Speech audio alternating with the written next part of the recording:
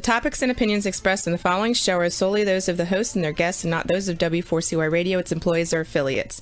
We make no recommendations or endorsements for radio show programs, services, or products mentioned on air or on our web. No liability, explicit or implied, shall be extended to W4CY Radio or its employees or affiliates. Any questions or comments should be directed to those show hosts. Thank you for choosing W4CY Radio.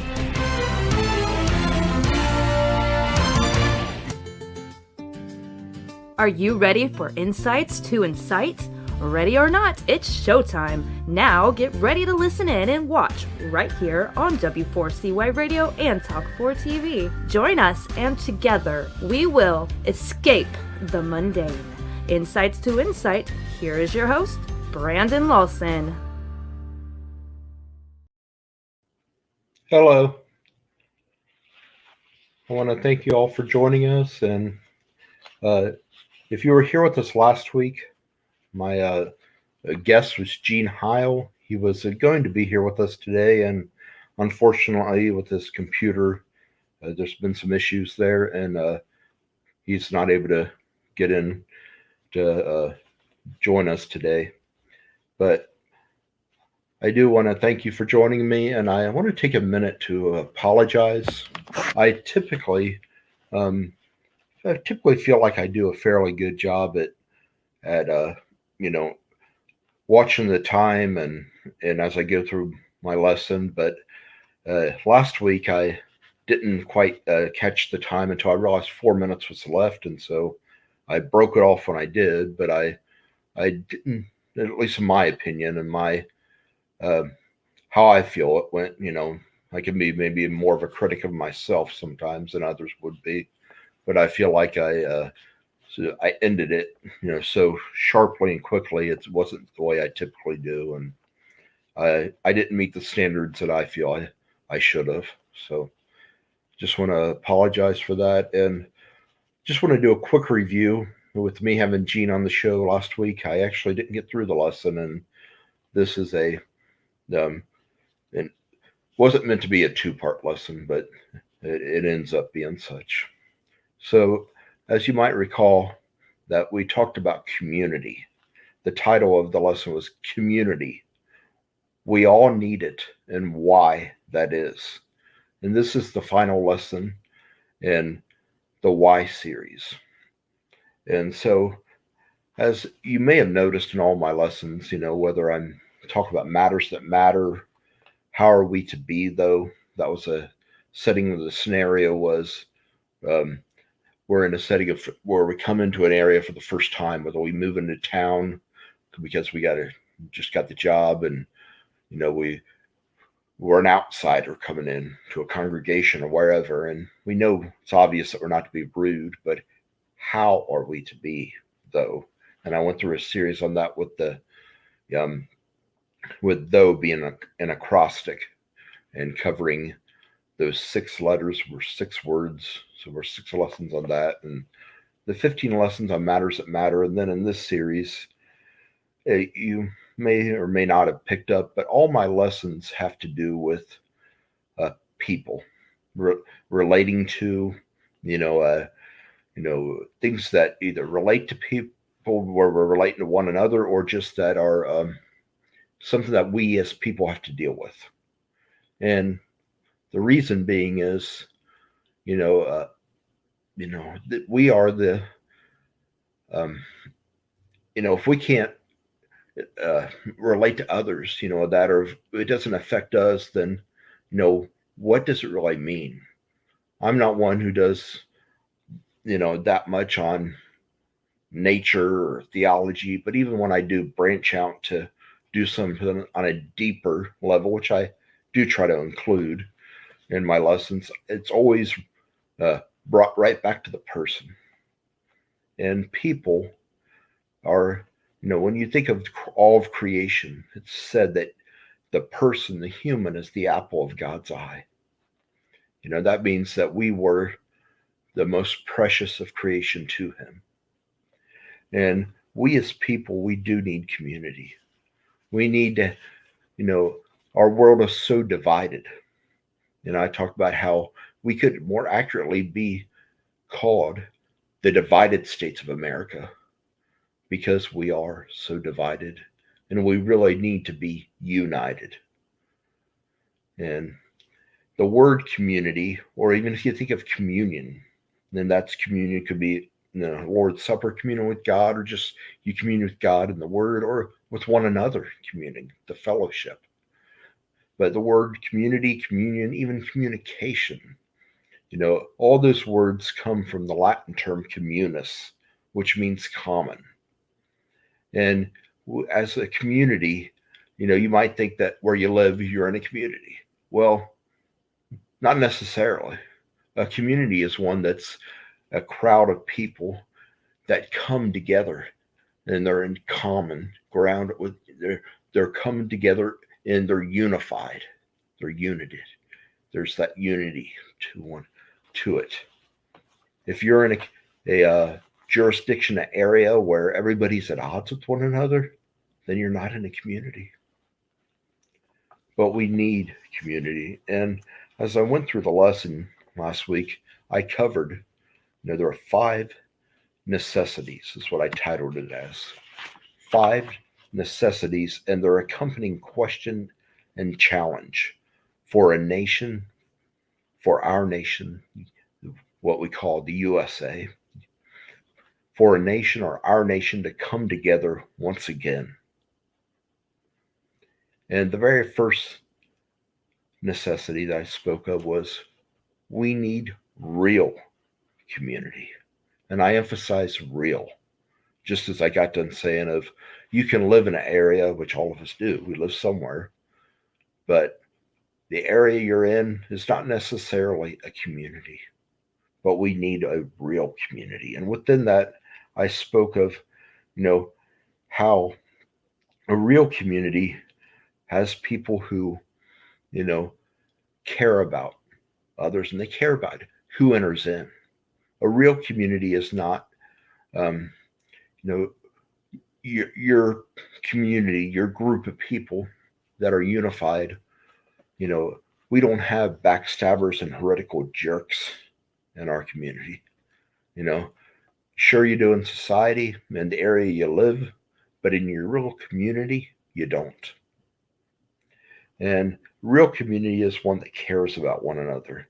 And as a result, that's why they care about who enters into it. As a result of truly caring about each other.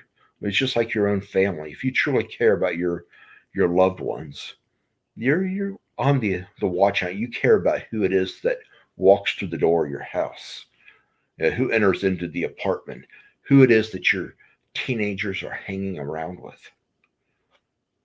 That's the same goes as a community. If you think of a family that's truly a unit and not divided, that will give you a picture of a small community.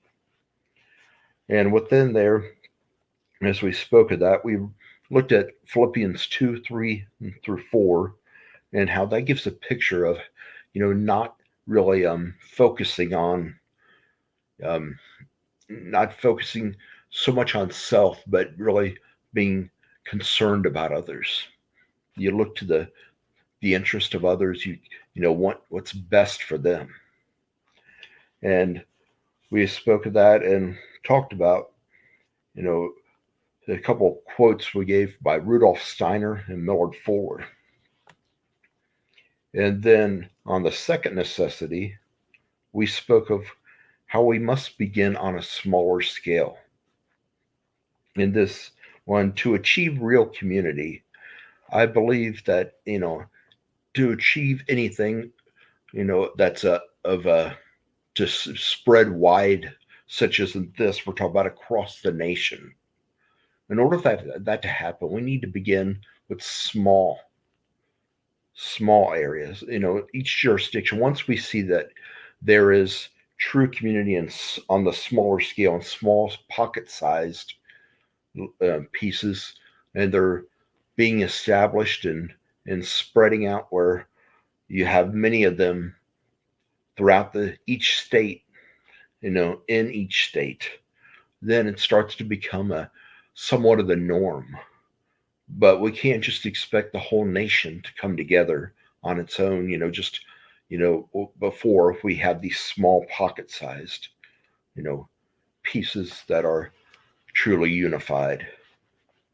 And so I talked about that need for that. We must begin on a smaller scale. And then as we move forward, talking about this, you know, I said that for this to really happen, we need to really, it needs to really bother us that we're not unified. Unless we are, really care whether this is an issue or not, it's going to, it's not going to mean enough that we even work at coming together. But if our heart is pricked, or perhaps it even needs to be broken over it, then we will see this as a great need to do something about. And then, and only then, it may not take a breaking of your heart. You may already care, but once you care, that caring is like you're a prerequisite to ever doing something about this. Because once we do care about something, we will adjust, we will make the adjustments, we will sacrifice this or that, do whatever we need to actually come together, or whatever it is you're wanting to accomplish. In this case, community and coming together. But unless you it's weighs in your heart that it means something to you, then you're not going to be moved to change. You know, people, even if there's something that happens where you're almost forced, that sometimes can work. But even then, people don't always come together at that point, because no one, uh, no one responds well to forced when they're forced to do something, when they're mandated. Like you think of in old times, whether it's African Americans who were put slaves, that's forced labor. Or even, the Hebrews when they were in bondage to the Egyptians under Pharaoh and being put to forced labor. None of them responded well, and neither would I. And I doubt that you would be one's going to respond well if you're put to forced labor and made a slave. None of us want to go that route. It needs to be something that we care because we see that it's not as it should be, not because we're being forced or coerced into it. And then third, I spoke about how we must devote ourselves to the cause. And if we are to move ahead, then we have to decide and determine within ourselves that we will work to this end, that we will truly devote ourselves, in this case, to producing unity and peaceful relations among our peers and those around us, beginning with those of our own household. Because if you, as a leader of the household, do not have that in the home, within your own family, yet you go out in the community, sooner or later that comes back to be something that you will regret. Because you might do great in the community, but if your own family is split, the people who live in the walls that you live in, live within the walls, the confinement, the structure of your home. If you don't have that peace with them, word will get out, and you'll be known as, maybe you do great for the local area you live in, but your own house you don't even do good. That's going to be something that reaches people and may even make it to the news, on the formal news of TV, newspaper, what have you. But it'll surface. Don't believe that you can hide it. So it really starts in your own household. When you have it with the people you live and you see day in and day out, that you're around, then you can be more at peace and have it can spread outward. But if you just try to go out and do it and neglect what's here, that's not going to do well. So, we must determine and decide and determine within, and that within is key, because when someone imposes something upon you or tries to, get you to do something, and even if you should do it, if it's something where someone keeps, telling you to do, like sometimes it might be breaking a bad habit. If you have a habit of smoking, for instance, someone tells you need to give up those cigarettes, then chances are that, but it's a habit you have, and if they keep going on about it, they even if they mean well, and they're right in what they're saying, it's just the fact that they keep you know they're on your case about this situation, they become a nag to you, a thorn in your side of sorts. But for you to kick that habit, you need to determine within that you're going to do it. That determination can't come from the outside. It has to be from within, that rises up out of you. And the same with anything, when you're going to devote yourself to the cause, and the cause in this case is to be different, to be that change. As Mahatma Gandhi said, be the change, you know, be the change you want to see in the world. And so, since we cannot change others, we can try to win them, and there's certain things we can do that can have a great effect at that. But we ourselves cannot be the ones to change others. But we can make changes within us of how we are. We are the leader, the one who guides our own lives, or certainly we hope so. I mean, there are many people who react to life. They are not leading their lives are leading them. But we are the one that holds the steering wheel, that if we choose, we can lead our lives, and when we do, we direct where we go, what we do. The choices we make are up to us, each individual. And so we need to be determined. And even more, when you decide and determine within, that leads to that devotion. That determination is inward, but devotion, while it's inward too, it's also outward. That devotion is shown in what you do, where you go, where do you spend your time, your money, what have you.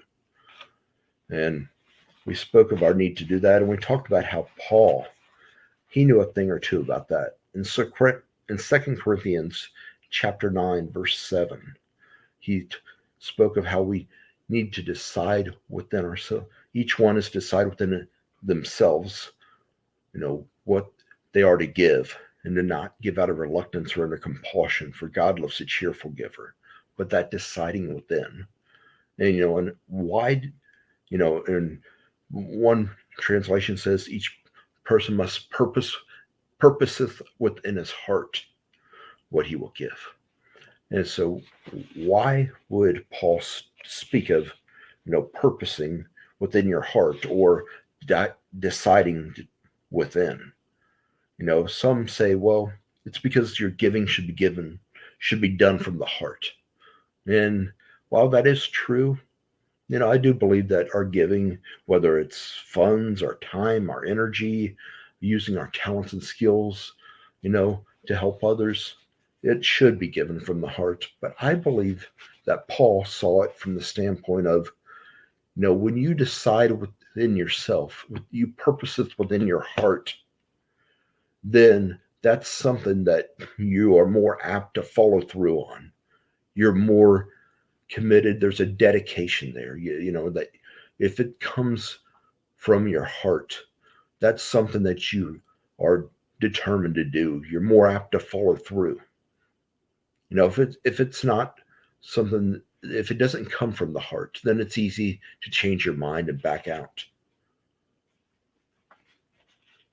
And also, when we give from the heart, when we've decided, we're not doing it reluctantly.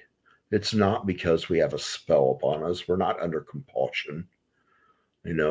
We're doing it because we choose to. You know, God loves a cheerful giver. And you think of that coming from the heart. What is the heart often a symbol of? It's a symbol of love. And when you've decided to give that and it comes out from the heart, you're doing it out of love. And love, doing something out of love is, in many respects, you're glad to. You want to. You've decided in your heart. And therefore it's not done reluctantly. It comes out and you're glad to. It's cheerful. But Paul himself, that is the Apostle Paul, knew a thing about that. Then the fourth necessity I spoke of is that we must be open and closed. Yes, open and closed. And I talked about it. If we want to be a peacemaker, this is one who builds bridges, who grows trust and greater unity between themselves and others. Then we must be open minded. We cannot be so closed minded or narrow minded that we shut others out, that we don't have time for them. And I see this a lot, especially when it comes to, the people when you don't know others, when they don't know you. I see it time and time again. I can be kind to someone many times, and and they are not they don't receive it, and they certainly don't reciprocate it. And sometimes people say it's probably because they don't know you, and that's probably true as to why they are that way. Is it always? Probably not, but in many respects that is the reasoning behind it. People don't know me, so my kindness is, they say it's awkward, or they just they say it's not typical of the society we live in, that if you don't know somebody, you're kind to them, and that being genuine kindness. They always seem to have this perception that, well, he's being kind, so does that mean he's after something? Is there a hidden agenda or ulterior motive? And no, there's not. I actually enjoy being kind. And, sadly, I am not always that way because I don't like being twisted, you know. But overall, that's who I want to be. That's who I enjoy being. And the people who receive that, many of them say I'm one of the kindest persons they met, or one of the nicest. I gladly, help them and give to them, that. But I am not that way with everyone, you know. But really, we need to be open, and also narrow-minded. What it does to us is, if you think of someone, many people have a great fear of public speaking, to get on stage, or to get up in front, even if you're not on a stage, just to stand in front of people and give a presentation. And what happens is they might prepare, they might go over their notes and read and that. Then they get up in front of one another and their mind almost goes blank. And is what they, reviewed and memorized, is it up here? Yeah, it is. It's still there. But what fear does, just like when you're scared and your body tenses up, you're afraid, just like in school you have tornado drills, and you harbor up, you get down and up against a wall. And if there's a real tornado, that's what you're going to do as well. That's why you run through the drill, so. But you're all tensed up, your fear, you squeeze yourself down. Well, your mind, when you have great fear, your mind, our lateral thinking becomes very, very narrow. So those who are fearful of speaking in front of others, they got all that stuff in here, but since it's narrowed, now it's this narrow strip that's this high, because that's what happens. Because if it was wider, then it would only be maybe this high because it's wide. The wider it goes, the more the height comes down, because you got more to expand and think on. So these people, their mind's so narrow, but it's packed all in here. It's so high, and they're trying to dig through to find it. what the words were they were going to say, or what it was they reviewed. They can't. They have such a hard time finding it. It's like it's not there. But when you're at peace, when you speak before others, that peace you have is it allows for your mind to expand. You're open. That lateral thinking widens to greater width. You're more open. You're open minded. And then you can just pull things on the dime. That's how me and many others, when we talk, we live a lot of what we say. And it's just we're pulling on the dime. It just comes to us because we're at peace. We don't have that fear of public speaking or giving presentations and that. And so it just comes out natural. And when I spoke of this, I said we must be like a local bank. Think of a bank, that you would do your have accounts at, you manage your finances, and you go to. They're open, these hours and closed at other. And so they're closed. We need to be closed to the negativity, the garbage, and the evil. The public eye, the media has a way of bombarding us with all kinds of things that aren't good for the mind.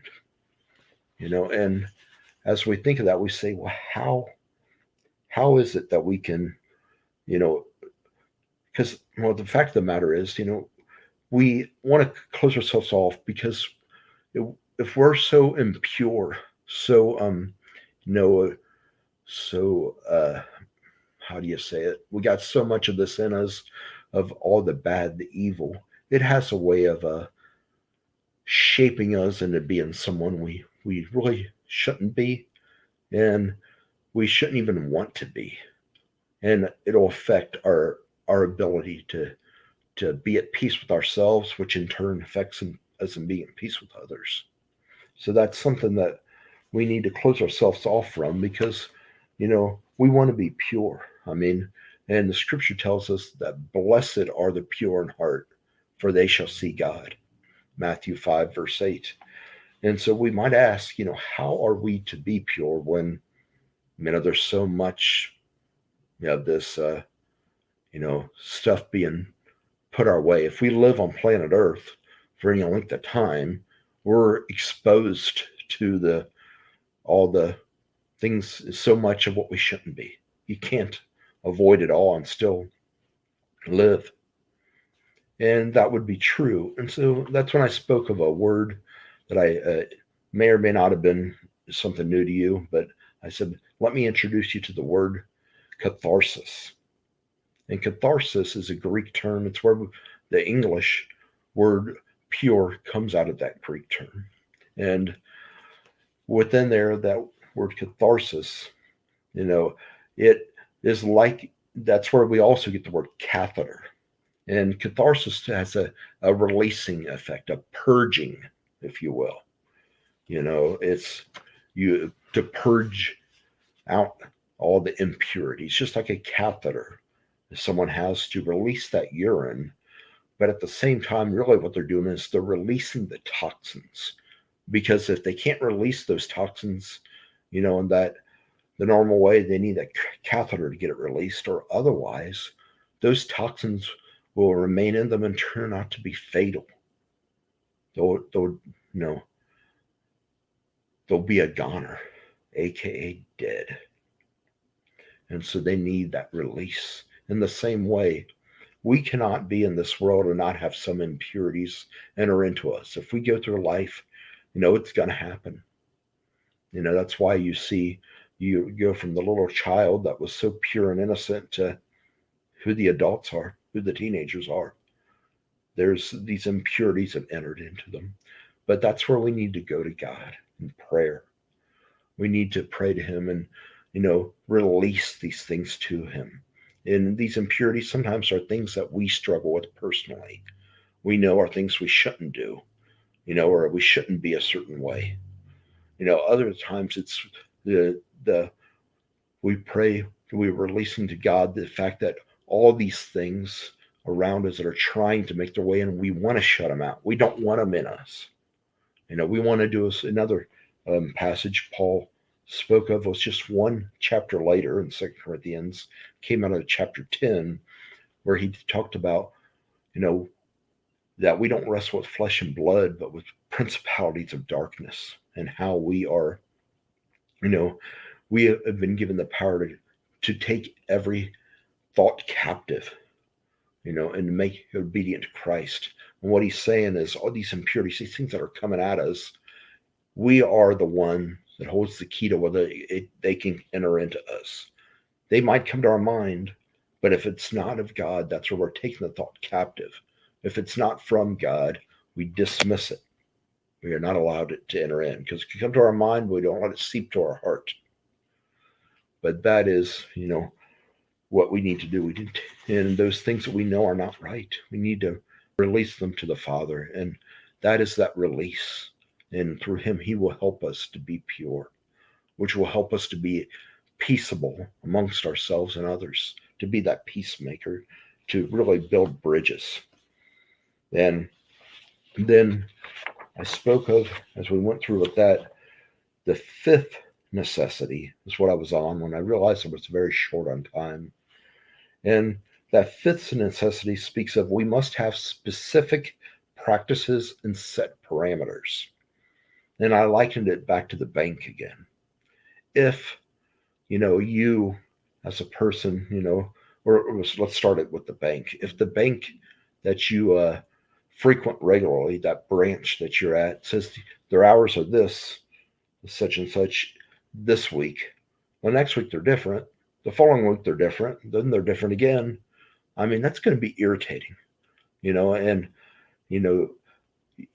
we need those boundaries, those parameters as people of what we allow in, but also just for our own sake, our time. Because as much as we want to be open to others, to tend to them or to receive them, many times we need time alone. Jesus even knew this. That many times he would stay up all night and go to the Father in prayer. And why did he do it all night? During the daylight, the time when most people were awake and moving about society, he was constantly bombarded. I mean, they heard he was in town, they flocked to him. Huge droves of people flocked to him, came to him, knowing of his power to heal sickness, disease, and various things. They came to him. And from that point, he was bombarded. He was always in great demand, whether it be that or even the Pharisees, the scribes, the teachers of the law. They came not for his kindness and sickness, not for the healing of the sickness and all that stuff, or that they came to try to trap him, to trip him up in his words, to challenge him. But overnight, he was alone. He could be alone with his Father. And that's where he went to him. But we need to have those parameters, and having these specific practices and set parameters, we can notify people when we're open and when we're closed off, so they know when we can be together, when I'm available, when I'm not. And what does this do? Well, this helps us to be at peace. It helps others to be at peace with us. We didn't switch our hours. I thought you'd be available now.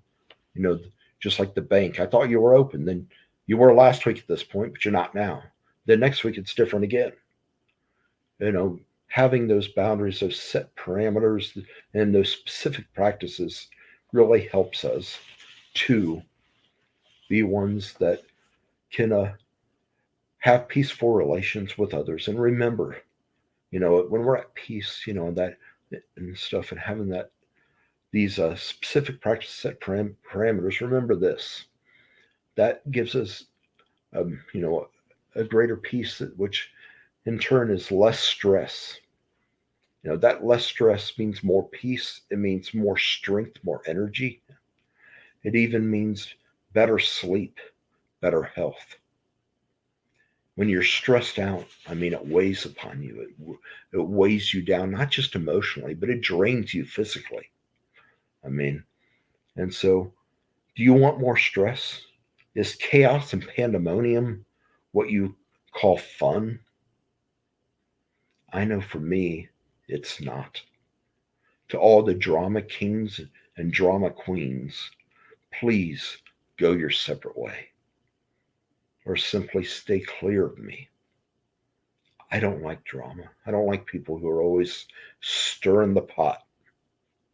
You know, find the others who want to do that and stir it together. I don't have time for that, and I don't want to open my heart to it. Well, begin, once we have begun moving forward with these, beginning with that first necessity, you know, will still have work to do. These challenges will always arise. The work will never be finished. I mean, you can be assured that as long as you are here on planet Earth, there will always be these, uh, whether temptations, trials, whatever coming your way. We will never be able to totally steer clear of them, but we do need to go to the Father in prayer to be released of that, to purge ourselves of those impurities. And so we will never be free of issues. They will always be arising. We can, do our best to eliminate many, but we cannot be totally freed where they're never around. You know, but in remembering these five necessities and following through and actually doing them, not just remembering them, but doing them, we will have laid some good groundwork. We will have established trust, a form of fellowship and camaraderie, and this will be helpful as we look to handle those other issues that do arise, that do come forth. And friends, that is at the heart of what we need to do. I mean, it was the Italian author Ernesto Ceroli who proclaimed, "The future of every community lies in capturing the passion, imagination, and resources of its people." This, most certainly should be something we aim for as a community. And the Harvard professor and psychologist Paul Bloom succinctly stated, "Our best hope for the future is not to get people to think of all humanity as family. That's impossible. It lies instead in an appreciation of the fact that even if we don't empathize with distant strangers, their lives have the same value as the lives of those we love. And when we can see people in that light, be a person we don't even know, might even look somewhat like a person we don't want to hang with. Well, that if we recognize that and extend to them and recognize that they have the same value as the very people we love, that will change our outlook on them and our outlook, our perception of people, how we see them dictates how we are toward them. Our inner picture of another, of a person, of a crowd, of a city. If a city is totally dirty, it's trash everywhere, that dictates how we feel about it. In the same light, in the same vein, it dictates how we feel about a person. But if we can see them as they have value as we do, as those we love, they have that same value.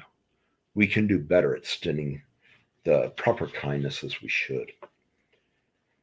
And and we need to make it our aim to do this, to work toward a better America, a truly united States of America.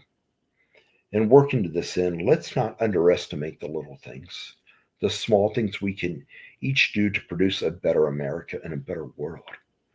And in light of that, Leo Buscaglia, I love what he actually said. He said, "Too often we underestimate the power of a touch, a smile, a kind word, a listening ear, an honest compliment, or the smallest act of caring, all of which have the potential to turn a life around." And that is so true. Yes. I mean, many times we think, "Oh, that doesn't matter. It's so minute." But as I've talked about on various occasions, I've hinted at how small things do matter. especially when they're done consistently. Little things done consistently are often what bonds us to people. It isn't like they bought us a vehicle. They pay our rent, or they do something major. We might find people who do that, but it's not that really draws us to the people for the most part, because you're not going to find that too often. What draws us, what connects us, are the kindnesses, the little nice things that are done over and over, so consistent. You can count on those folks. Therefore, your heart is intertwined with theirs. You're bonded to them. And that's what it will take to have that community. And friends, there are certain things we can do. I came across this slide that I've put together that came across about the 11 acts of intentional kindness. The 11 acts of intentional kindness. And 1 is smile more. Hold a door open for someone is 2. 3, encourage someone with a compliment. 4, at a drive-through, pay for the person behind you. 5, send a thank you note to at least 2 people today. 6, let someone else go first. 7, listen. Really listen to others when they speak. 8, say please and thank you more. 9, send flowers to a friend. 10, appreciate the often unappreciated. Tell your waiter, cashier, etc. that you're thankful for them. 11, leave notes of kindness in random places for someone else to see. Notice or notes that say things like, you matter, you are loved. And then, just from the standpoint of relating to people, there are the 10 commandments of human relations. And some of these will overlap with the others, but it's speak to people. There is nothing as nice as a cheerful word of greeting. 2, a smile at people. It takes 72 muscles to frown, only 14 to smile. 3, call people by name. The successful or the sweetest music to anyone's ear is the sound of his own name. 4, be friendly and helpful. If you want friends, you must be one. 5, be cordial. Speak and act as if everything you do is a joy to you.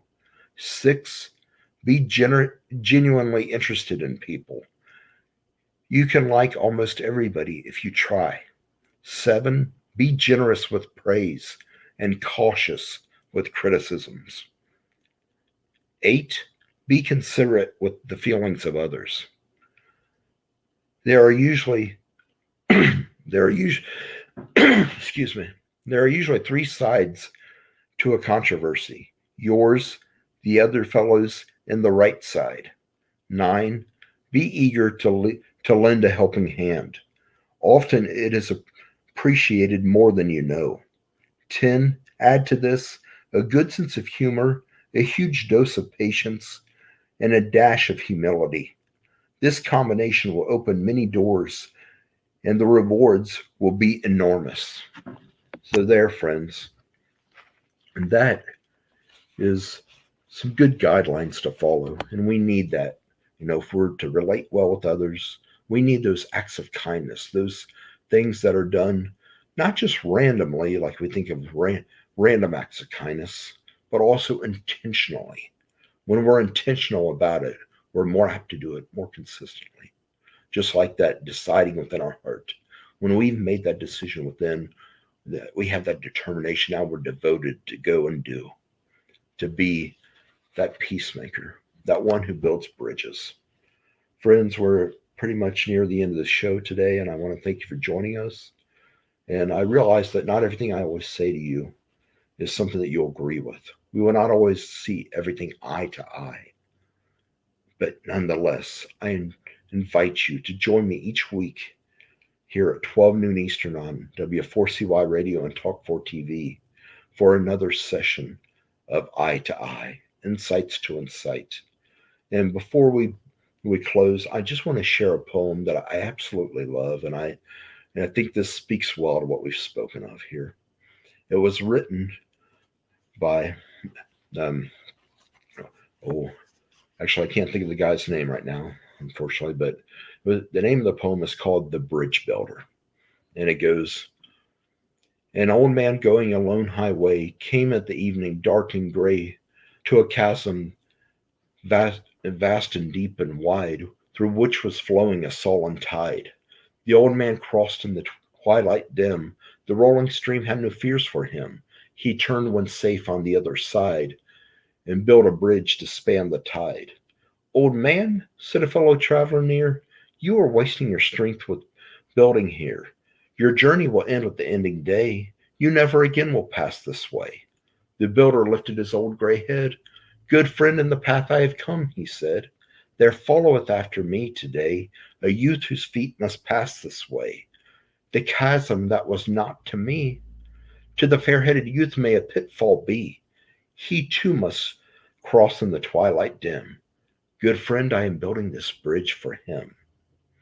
William Allen Dromgoole was the poet who penned those words.